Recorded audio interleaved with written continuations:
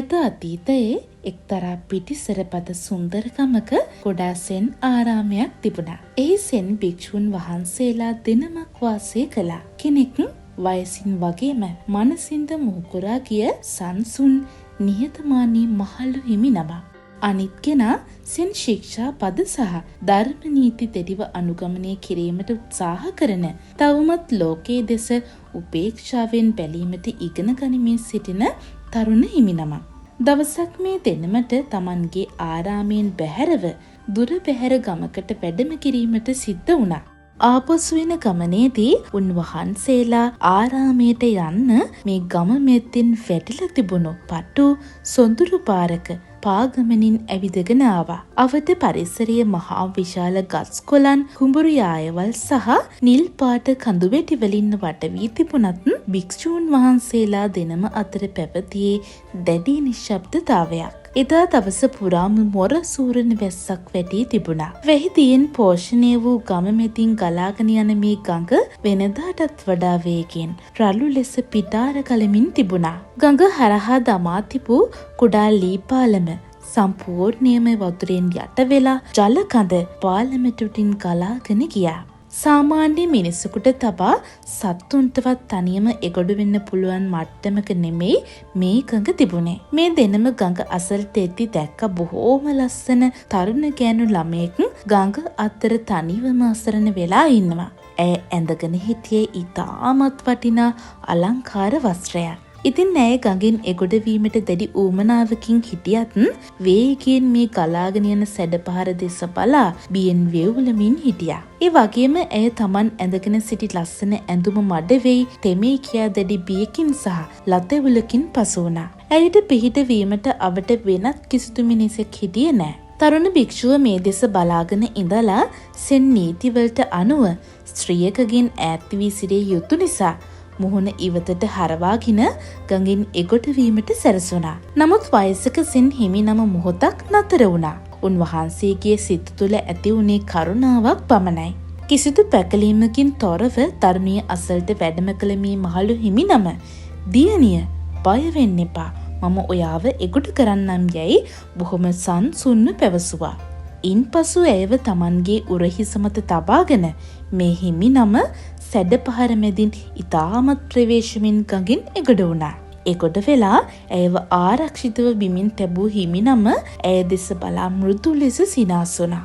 ඉතින් මේ තරුණිය උන්වහන්සේට දෑත් එකතු කර බැඳ ස්තුති කළා.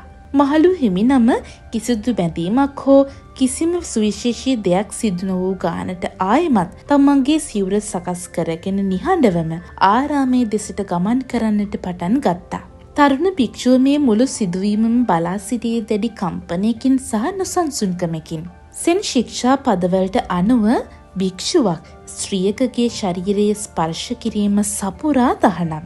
ගුරුතුමා මෙවැනි බරපතල වරදක් කළේ කෙසේද යන ප්‍රශ්නය තරුණ භික්ෂුවගේ හිත ඇතුලේ දෝංකාර දෙන්න පටන් ගත්තා. එතැන් ඉඳන් පැය කීපයක් යනතුරුම ඔවුන් ආරාමයේ වෙත පියනගන ගමන පුරාවටම තරුණ භික්ෂුව සිටියේ දැඩි ක්‍රෝධයකින් සහ නොසන්සුන්කමකින්. ඔහු අවට තිබූ ලස්සන පරිසරය දැක්කේ නැහැ. ඔහු පාරේ බාධක දැක්කෙත් නැහැ. ඔහුගේ මනස එකම තැනක හිර වෙලා තිබුණා. ඒ අර ගුරුතුමා තරුණියව කරේ තියාගෙන ගඟින් එගොඩ කළ මොහොත ළඟයි. අන්තිමේදී ආරාමයේ ద్వාරයේ අසලටම එනතුරුත් සිතේ ඇති වූ මේ සැකේ සහ කේන්ති ඉවස ගන්න බැරිම තැන තරුණ භික්ෂුව මහලු හිමිනම ඉදිරියට ගිහිල්ලා මෙන්න මෙහෙම ඇහුවා. "ගුරුතුමනි, මට මේක නොවසා ඉන්නම බෑ. අපේ සෙන් ශික්ෂා පදවල පැහැදිලිවම තියෙනවා නේද අපි ස්ත්‍රියක් ස්පර්ශ නොකළ යුතුයි කියලා. නමුත් ඔබ වහන්සේ අර තරුණියව කරේ තියාගෙන ගඟින් එගොඩ කළා. ඒක අපේ උතුම් නීති රීතිවලට සම්පූර්ණයෙන්ම විරුද්ධයි නේද? ඔබ වහන්සේ ඇයි ඒ වැරද්ද කළේ?" එතකොට වයසක සෙන් හිමිනම කිසිදු කලබලයක් නැතිව බොහොම කරුණාවන්තව hina වෙලා තරුණ භික්ෂුවගේ උරහිසට අතක් තබා මෙන්න මෙහෙම කිව්වා. "මගේ ආදරණීය ශිෂ්‍යයා, මම ඇයව ගඟින් එගොඩ කළා. එතනම බිමින් තිබ්බා. මම දැන් ඇයගෙන් නිදහස්. හැබැයි ඔබ තවමත් ඇයව ඔබේ හිස මත තබාගෙන නේද මේ ආරාමයේ ඇතුළට අරන් ආවේ?" ඉතින් මෙහෙම ඇහුවට පස්සේ තරුණ භික්ෂුවට එකපාරටම තමන් ගැන ලැජ්ජාවක් ඇති වුණා. ඔහු ප්‍රඥාවෙන් යුතුව හිස බිමට නමා ගත්තා. මේ සින් කතාව සරල එකක් වුණත් මිනිස් මනසේ ස්වභාවය පිළිබඳව එන් කියා දෙන පාඩම අතිශය ගැඹුරුයි. මහලු හිමිනම ක්‍රියා කළේ වර්තමාන මොහොතේ ඒ අවශ්‍යතාවයට අනුව. එතන උදව් අවශ්‍ය මිනිස්සෙක් හිටියා. උන්වහන්සේ උදව් කළා. එතනින් මේ ක්‍රියාව සහ සිදුවීම අවසන්.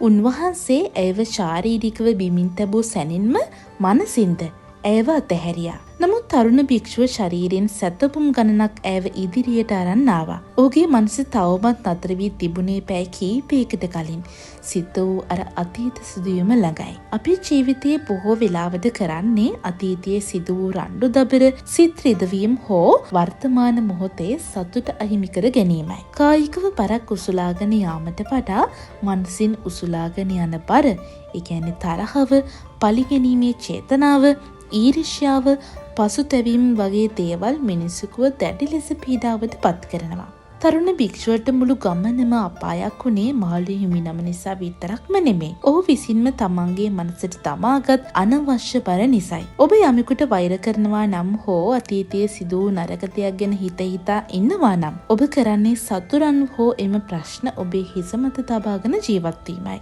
හිත නිදහස් කරගන්නම් සිද්ධ වුණු දේ එතනම නතර කරලා වර්තමානයට එන්න ඉගෙන ගන්න ඕනේ. අතීතයේ බිම තියන්න ඕනේ. වර්තමානය තුළ සැනසීමෙන් ජීවත් වෙන්නත් ඕනේ. අපි බොහෝ වෙලාවට දුක් වෙන්නේ කේන්ති ගන්නේ දැනට අපේ ජීවිතේ සිද්ධ වෙන දේවල් ගැන නෙවෙයි. මීට මාසෙකට එහෙමත් නැත්නම් අවුරුද්දකට හෝ ඊටත් කලින් කවුරු හරි කියපු කතාවක් එහෙමත් නැත්නම් පාවාදීමක් හෝ අපිට සිද්ධ වුණ අසාධාරණයක් ගැන හිතලයි. නමුත් ඇත්තම තත්ත්වය නම් ඒ සිදුවීම දැන් භෞතිකව පවතින්නේ නැහැ. ඒ දැන් තිබෙන්නේ අපේ මනස ඇතුලේ මතකයක් විදිහට විතරයි. අර තරුණ භික්ෂුවට අර ගෑනු ළමයා ගඟෙන් එගොඩ වෙලා යනවා පෙනුනි එක සැරයයි. නමුත් ඔහු තමන්ගේ මනසින් ඒව 10 වතාවක් එගොඩ කළා. අපිත් කරන්නේ අතීතයේ සිදුවුණු එකම රණ්ඩුවක් හෝ වැරැද්දක් මනසින් නැවත නැවත රඟ දක්වමින් අපිටම දඩුවම් කර ගැනීම.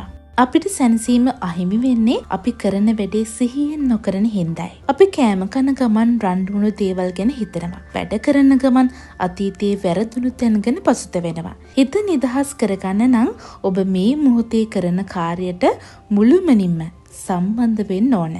ජීවිතයේ සමහර දේවල් අපිට පාලනය කරන්න බෑ. මිනිසුන් අපිට වැරදි කරන්න පුළුවන්. අපිට අසාධාරණකම් කරන්න පුළුවන්. ඒවා හරියට අර පිටාර ගලපු ගඟ වගේ ජීවිතයට එන බාධක. යම් ගැටලුවකදී අපට කළ හැකි උපරිම දේ කර එම සිදුවීම එතනින් අවසන් කරන්නට ඕන. ඇයි ඔහු මට මෙහෙම කළේ? ඇයි මම ඒ වෙලාවේ මෙහෙම නොකිව්වේ? මට ඌට මෙහෙම කරන්න තිබුණා. කියමින් හෝ හිතමින් එම සිදුවීම වෛරයක් හෝ කේන්තියක් හෝ පසුතැවීමක් ලෙස හිත ඇතුලේ තබාගෙන මාස ගාණක් ජීවත් වෙන්න හොඳ නෑ. ඔබ යමෙකුට සමාව නොදී කේන්තියෙන් පසුවන සෑම මොහොතක්ම ඔබ කරන්නේ ඔබේ සතුටේ යතුර ඔවුන් සතු කිරීමක්. අතීතයේ බිම තැබීම කියන්නේ ඔවුන් කළ දේ නිවැරදියයි පිළිගැනීම නෙවෙයි. ඔවුන් කළ වැරදි නිසා ඔබේ වර්තමානයේ විනාශ කර නොගැනීමට තරම් ඔබ බුද්ධිමත් වෙන්නට ඕනේ. අතීතය කියන්නේ හරියට අවසන් වුණු චෙක් පතක් වගේ දෙයක්. එයින් නැවත නැවත මුදල් ගන්නට බෑ. අනාගතය කියන්නේ හරියට පොරොන්දු වන නෝට්ටුවක් වගේ. ඒක ලැබෙයිද කියලා ස්ථීර වශයෙන් කියන්නට බෑ. වර්තමානයේ කියන්නේ ඔබ අතේ තියෙන මුදල් වගේ. ඒ බුද්ධිමත්ව පරිහරණය කර සතුටින් ජීවත් වෙන්න ඕනේ. ඉතින් හිත නිදහස් කරගන්න. එහෙනම් අතීතයේ බිමින් තබන්න. වර්තමානයේ තුල සැනසීමෙන් ජීවත් වෙන්න. තෙරුවන් සරණයි.